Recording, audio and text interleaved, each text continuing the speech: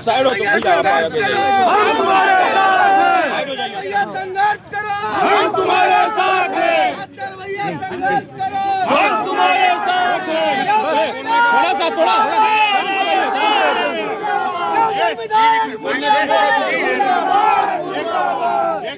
ठीक है, जेल से रिहा हो गए, क्या कुछ कहेंगे, पहला रिएक्शन?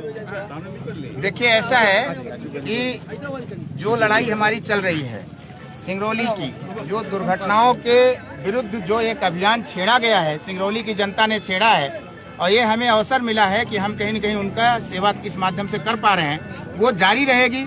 रही बात जेल की, तो हमने अपना एक से एक पूरा कपड़ा लत्ता और चड्डी बनियान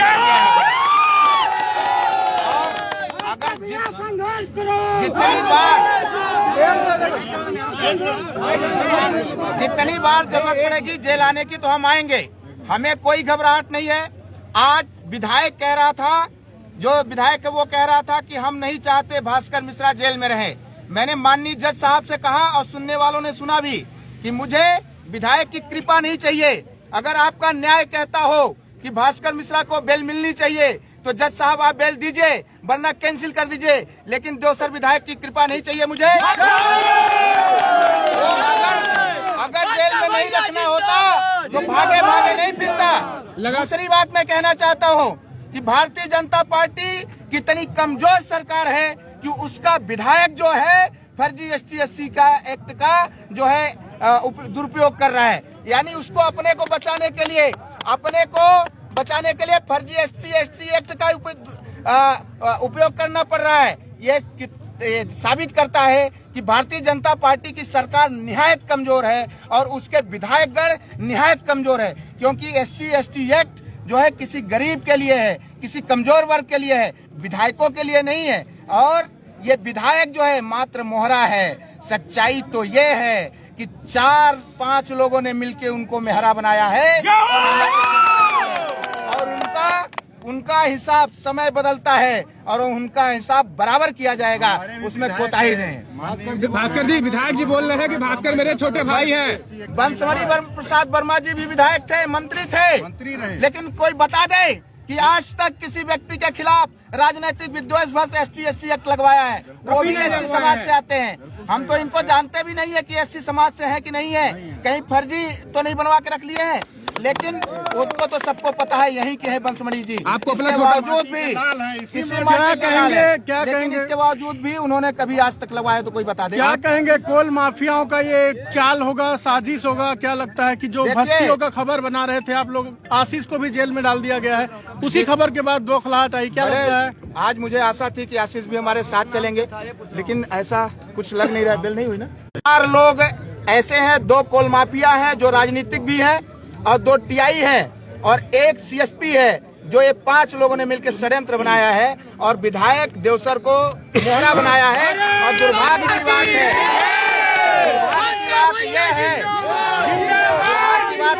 विधायक ST/SC के लिए मोहरा बना।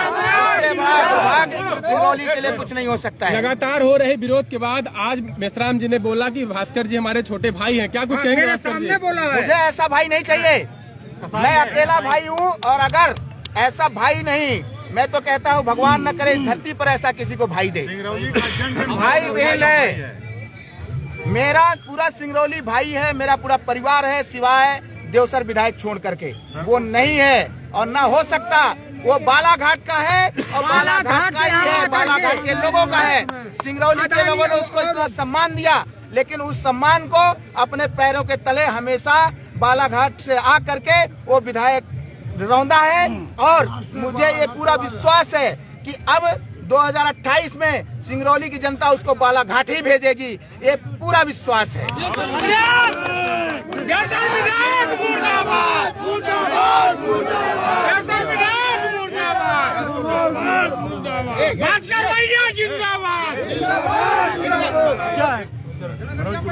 जी मनोज जी क्या कहेंगे? मनोज जी क्या कहेंगे? भाई आज भास्कर मिश्रा जी विधायक जी के द्वारा जो उन्होंने फर्जी SC/ST एक्ट लगवाया था, उसमें कड़े 10 दिन तक जेल में रहे वो, और 12 दिन तक, और यहाँ से भाग गए थे, भोपाल चले गए थे, रीवा चले गए थे।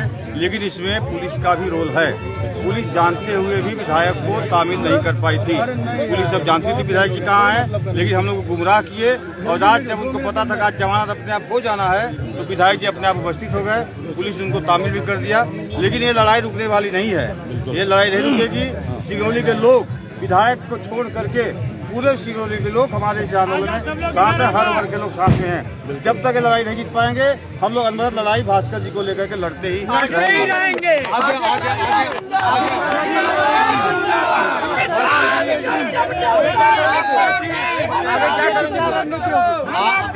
अभी हमने जो स्टेटमेंट दिया अब फाइनल रहेंगे।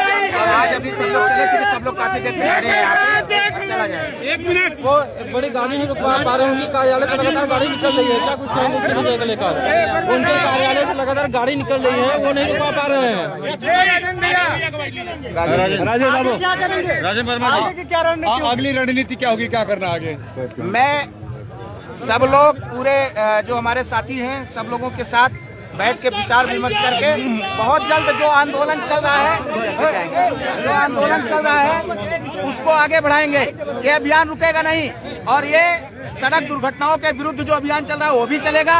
विस्थापन के विरुद्ध जो अडानी लगातार जंगल काट रहा है उसके खिलाफ भी आंदोलन किया जाएगा। और जो बेरोजगारी ये कंपनियां आ रही है और बाहर के लोगों को लेकर के रोजगार दे रहे हैं, यहाँ के स्थानीय लोगों को नहीं दे रहा, उसके खिलाफ भी अभियान चलाया जाएगा। लगातार हम लड़ते रहेंगे। राजेश भाई क्या बनाएंगे? राजेश जी, राजेश जी क्या कहेंगे इस लड़ाई में? क्या सवाल, क्या कहना आपका राजेश भैया? क्या कहेंगे, अगली रणनीति क्या होगी लड़ाई में? क्या अगली रणनीति पहले तो अभी हम लोग जाएंगे, समाज के साथ एक बार बैठेंगे, मीटिंग करेंगे, अगली रणनीति की तैयारी करेंगे। लेकिन भास्कर मिश्रा जी को जो जिस तरह से जेल में डाला गया, ये सरासर बहुत ही गलत हुआ है।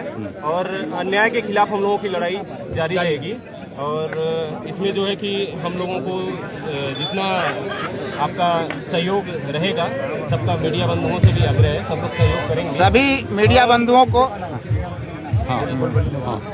मीडिया बंधुओं का मैं बहुत बहुत सादर प्रणाम करता हूं और बहुत बहुत आभार व्यक्त करता हूं, धन्यवाद देता हूं कि आप लोगों की वजह से ये लड़ाई मजबूत हो पाई। और सच ये है कि हमारे साथी सहयोगी तो लगे ही रहे, वो घर परिवार के थे, लेकिन आप सब लोगों की वजह से मैं आज बाहर निकल आया हूँ।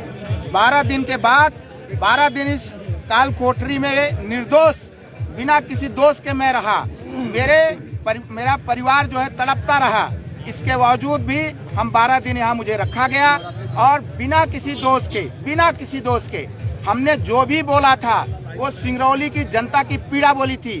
व्यक्तिगत किसी राजन मिश्रा जी से मैं बोला था, लेकिन जातिवाद का उसमें वो बू डाल करके और मेरे को फर्जी SC/ST एक्ट लगाया गया। इसकी हम न्यायिक लड़ाई भी लड़ेंगे। और मैं आप सब लोगों को, पूरी सिंगरौली देखेगी आगे आने वाले समय में जो षड्यंत्रकारी हैं वो स्वयं सब जेल में ले जाएंगे। और एक बात और मैं कहना चाहता हूँ कि मैं तो विपक्ष का एक कार्यकर्ता हूँ और इस जेल में आया जो समस्या देखा हूँ मैं, उसको जेल वाले कह रहे हैं अब सत्ता पक्ष के विधायक को भेजिए। तो बहुत जल्द आप लोगों के माध्यम से देवसर विधायक के सत्ता पक्ष के विधायक को जेल में भेजा जाएगा।